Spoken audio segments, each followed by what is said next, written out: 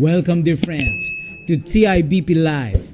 Thank you for supporting this ministry, and greetings to all of our patrons and TIBP members. Daily Mail reported that it has been seen not only in the UK but also in parts of USA and Canada and Ontario respectively. Testimonies in the Pacific Northwest. With the fog, everywhere I look, there's posts about fog. I just rode back with my husband from Pennsylvania to Georgia, and let me tell you about what we saw. We crossed 7 states. We went from Pennsylvania to Maryland to West Virginia, North Carolina, South Carolina, then Georgia. And there was fog in almost every state. Like, yes, there was some weather going on. There was a little rain here and there, but 7 states, like, it's really odd. Everybody's talking about this fog that's making them sick, this fog after these things we've been seeing in the air that we can't talk about. They're spraying stuff from these things, and maybe it's causing some of this illness, and this fog is part of it. There's this thick fog. We're not living in normal times. Jesus is preparing to come. Jesus is coming soon. And the truth is that these world events are eye-opening to us, opening our hearts to the bigger picture of prophecy. The coming world blackout, spoken of in Revelation 20, is a literal event by which this world will be a vast cemetery, and God will put the devil, Satan, in this world, in spiritual chains, in the mess that he have made, where there is no one to tempt and to cheat, and that is the greatest torture for the father of lies. Friends, we have read in Revelation 16:10-11, and the fifth angel poured out his vial upon the seat of the beast, and his kingdom was full of darkness, and they gnawed the tongue for pain, and they blasphemed the God of heaven because of their pains. So they are still feeling the pain up to the fifth plague, starting from the first. So the pain from the first plague are still felt on the fifth plague. Question, dear friends. Revelation 16 verse 10-11, is this literal darkness? Why would God use darkness at end time? And where is the seat of the beast? The fifth angel poured out his vial on the throne of the beast, and it was covered in darkness. Revelation 16 says, then the fifth angel poured out his vial on the throne, on the seat of the beast, and his kingdom became full of darkness, and they gnawed their tongue because of the pain. That would the seat of the beast, that will be Vatican City and Rome, the headquarters of the beast. The fifth plague would be literally poured out on the very command center from which the power rules the world. And when it falls upon the throne of the beast, several things happen. Number 1, what happens to this kingdom? It is filled with darkness. Number 2, what happens to its leaders? They gnaw their tongue because of the pain.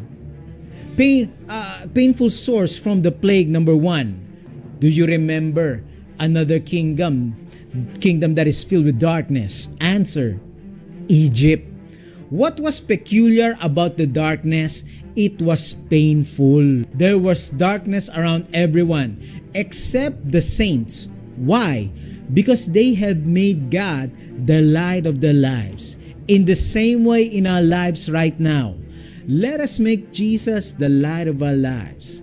John 8 verse 12, Jesus says, I am the light of the world. Look closely, dear friends. Jesus is showing in the fifth plague that their traditions and unbiblical teachings are nothing but darkness. Jesus and Bible truth is the only light. And people who chooses Jesus and Bible truth will not walk on darkness, because God's word is a lamp unto our feet and a light unto our path. After the darkness in the Vatican is experienced, Bible prophecy reveals that the drying of the river Euphrates follows. What does this mean? Revelation 16 verse 12, and the sixth angel poured out his vial upon the great river Euphrates, and the water thereof was dried up, and the way of the kings of the east might be prepared. In the drying up of waters, Old Testament, the Euphrates was the boundary We see in the Old Testament that the Euphrates is the boundary that separates Israel from its enemies, Assyria and Babylon. You can read that in Isaiah 7:20 and Jeremiah 26:10. These enemies nations came against God's people from this great river. Their attacks are often compared to the overflowing water of the Euphrates sweeping over the land of Judah. Isaiah 8 verse 7 to 8. The Euphrates River flowed through Babylon. It was important to the city. It nourished crops and provided water for people. Without the river Euphrates, Babylon could not exist. Listen carefully. Revelation verse 1 and 2. And there came one of the seven angels which has the seven vials, and talked with me, saying unto me, Come hither, I will show unto thee the judgment of the great harlot that sitteth upon many waters. With its historic Christian appearance, this end-time religious systems becomes Satan's powerful tool to deceive and seduce the world into apostasy during end-time crisis. Just as the symbolic drought, Babylon was sustained by Euphrates, so this end-time religious confederacy exists with the support of the civil, secular, and political world powers at a certain point. However, the symbolic war supporting Babylon will somehow dry up. Book of Daniel describes God's people when they were captive in Babylon in 539 BC. Cyrus the Great from Persia came with armies and besieged the city. Because of Babylon's strong fortification and abundant supply of water and food, people felt that the city was impregnable. Ancient historian states that the Persians diverted the water Euphrates and entered the city through the dried riverbed, taking the city by surprise.